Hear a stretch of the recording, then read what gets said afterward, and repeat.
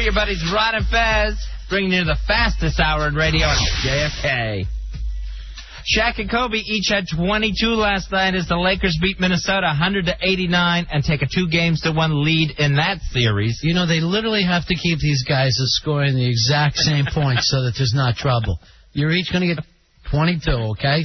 Because if they win, but Shaq had more than Kobe, Kobe's upset.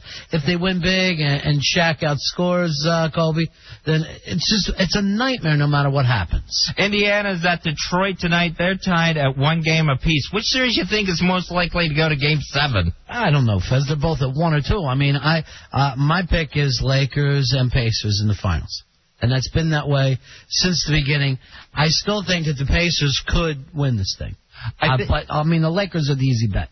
I think with the Lakers and Minnesota, I think you're going to see that go to a Game 7 because there's never a consistency there with the Lakers where everybody's on their game at once. And Minnesota gets ugly. You did not watch the last series. They won 4 games of blowing out a really superior team, probably the best team that was out there, and took them 4 games down. So I know that you'll hear from sports writers that they're inconsistent.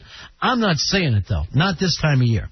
Calgary took Game 1 of the Stanley Cup Finals last night, beating the Tampa Bay Lightning 4-1. I had to check on that one this morning. I didn't know it had happened. Yeah. You think that's tied into that Fez curse you keep talking about? Yeah, I think anything that you touch turns to S. I literally do. Because I'd really like to see the Lightning come through and win the Stanley Cup. The worst thing that happened for the Democrats is when you left the Republican Party and started wearing a John Kerry button, because you, my friend, are bad luck schleprock. All right, but I said Liza and David Guest would stay together. You also said wowsy, woo-woo. You are schleprock. I told you Wonder Boy would be a good producer before we hired him. Yeah, I know. Well, you've taken him under your wing and you've really taught him, so it's been great for all of us.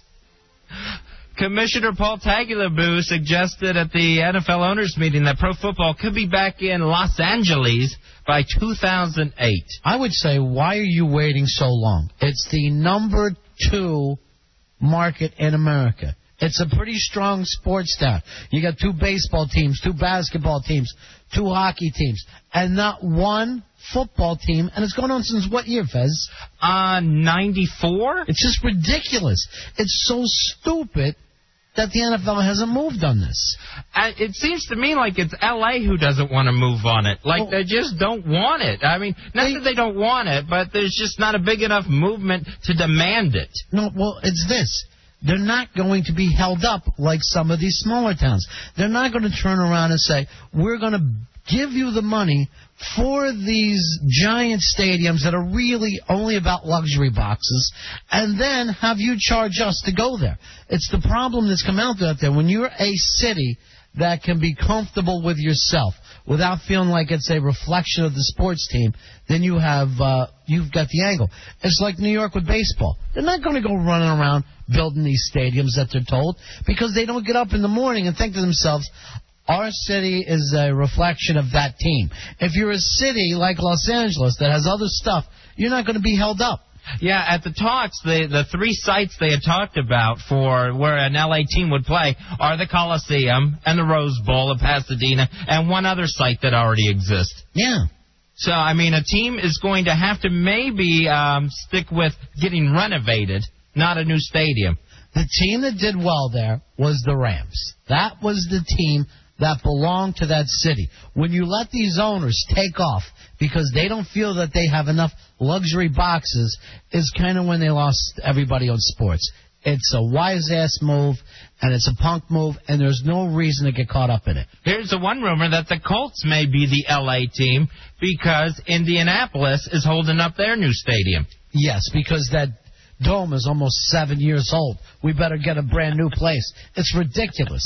So as long as L.A. stands as a possibility, there's going to be teams threatening to move. Thank you. Thank you for that bit of wisdom. No problem. Here's the way to sum it up for you at home. First, a juror who misrepresented himself, and now a witness charged with perjury, and Martha Stewart's lawyer will once again be asking for a new trial. Second time the charm for Martha? Yeah, second time she gets over, Fez. She's going to move it on over, as they say. I still don't think, with all this going on, I still don't think they're going to let her have a new trial. I think that judge is going to say, sorry, still not enough. How much time does she got to do? She's got to do, I think, 8 to 10 months. She could have been out by now. She ought to get it over with. So I think that sentencing is coming up like mid-June, like maybe June 12th or 11th, something like that. We'll find out how many months she's actually getting. Courtney Love pleaded guilty to misdemeanor drug charges and agreed to enter a several-month-long outpatient rehab program. If she fails the program, she faces 90 days in jail. Radio Psychic. Is Courtney going to end up getting the 90 days? Radio Psychic. Radio Psychic. No, I think she comes out of there like half a Buddhist, Fez. All you got to do is spend a little time and start brainwashing her. She's been brainwashed before. Remember when she went through that yoga stage and she actually looked hot for a while? She started getting movie roles. Yeah, was that the Larry Flint years? Yeah, I mean, even before that. So when she had her album out, that second album, so you can turn her around. But she's got to dry out because the drugs are doing the thinking for her, too. The only thing that worries me about this was the term outpatient, where they're not actually going to put her, away for a while. Yeah, that's a good point. You get outpatient. She's like Arthur in the back of that limo. Take me through the park. You know how I love the park. Because she's out too much. It's not like she sits home at night. Oh, she doesn't have to watch a kid anymore. She's actually not allowed in that house because that's where the kid lives. Well, where's she going to go? Tap room. How many places are open 24 hours? None of them are good for you. Shrek 2 has done such big box office business that DreamWorks is bringing it back for at least 2 more sequels. Are they going to run Shrek into the ground? It's already run into the ground when you did the first one for me. That's too much. I don't know how in the world they talked Mike Myers into doing so many sequels. Austin Powers, he's going to be alternating between Austin Powers and Shrek movies now. Yeah. He's not going to do anything but. I don't blame him. I mean, if I had to go from one huge bag of money to another huge bag of money, that's the trip I'd be taking. I'd be walking back and forth.